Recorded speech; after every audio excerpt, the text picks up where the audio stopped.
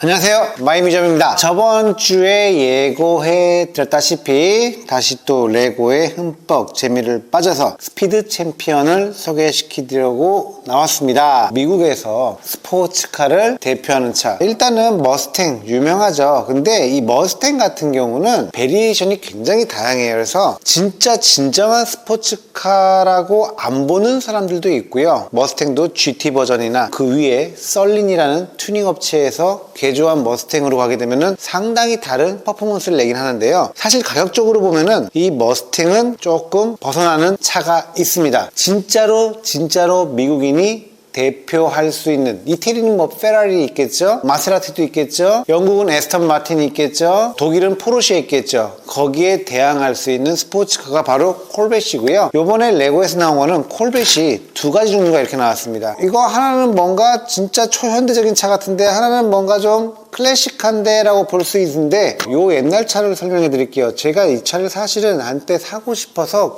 사진 못했습니다. 사고 싶어서 굉장히 많이 여러 가지를 봐왔던 차인데요. 콜벳 C3라고 해서 3세대 콜벳입니다. 조금 저는 아쉬워요. 요 옛날 콜벳은 전기형과 후기형이 있는데요. 모양으로 보면 간단하게 볼 수 있는 방법이, 뒤에 있는 창문이 뒤에까지 쫙 늘씬하게 빠진 게 후기형이고, 뒷창문이 직각으로 뚝 떨어진 게 초기형입니다. 그리고 또 하나 할 수 있는 법, 여기 보면 회색 범퍼 보이죠? 앞에도 보이고요. 이게 바로 크롬으로 된 범퍼인데, 이게 뭐 사람을 치면 어떻게 된대나 뭔데나 해서 미국 도로안전협회에서, 안전교통국이겠죠? 거기서 금지를 시키면서 후기형은 플라스틱 범퍼로 바뀌면서 이런 회색 빛깔이 없어요. 차가 제가 알기로는 이 하드탑보다는 T탑이라 그래갖고 중간에 이렇게 열리는 게 있습니다. 빠지는 게. 그 차를 많이들 굉장히 좋아했고, 미국의 그 당시 헐리우드 배우들도 많이 탔던 차인데요. 제가 이걸 검색하고 공부하면서 그 당시 옛날에 이 차 열기가 엄청났대요. 그래서 초기형의 에어컨 없는 버전 같은 경우는 이 열기가 넘어와서 뜨거워서 타지를 못할 정도로 열기가 많이 넘어오는 차다라고 얘기를 하더라고요. 배기량도 뭐 어마무시하죠. 한 6000cc 됩니다. 이 차는 딱 봐도 뭔가 최신식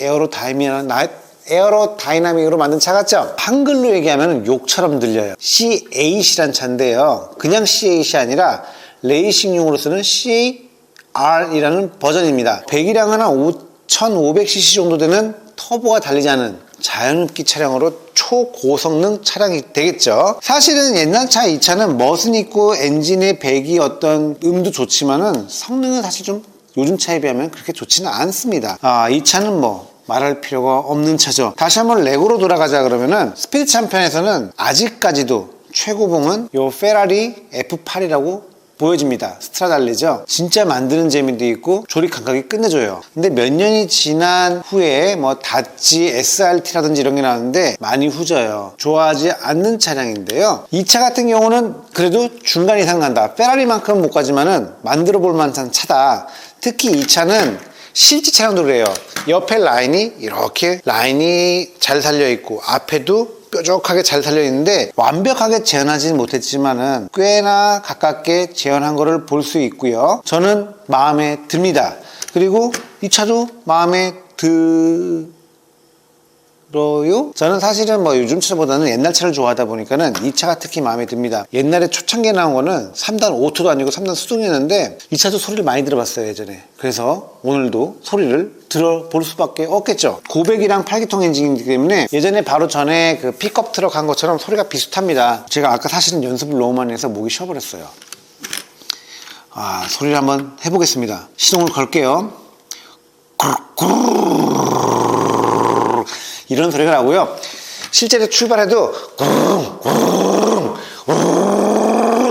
라는 소리가 납니다. 정말 창피해 죽겠습니다. 새로 나온 C8은 고성능 엔진답게 초고회전 엔진으로 움직이다 보니까는 특히 자연흡기예요. 자연흡기는 소리가 카랑카랑하게 나는데, 실제 제가 이 유튜브를 좀 많이 봤어요. 따라해 보려고. 소리 내기가 좀 힘들어요. 소리가 포르쉐나 페라리나 별반 비등비등하게 차이가 없을 정도로 소리가 딱 거기서 거긴 것 같은 소리가 나더라고요. 시동 거는 소리는 모르겠고요. 달릴 때 보면은 왕 오토바이 소리고 좀 약간 소리 내기 힘들 것 같아요. 그죠? 저 멀리서 달려오는 목소리로 한번 내보도록 하겠습니다.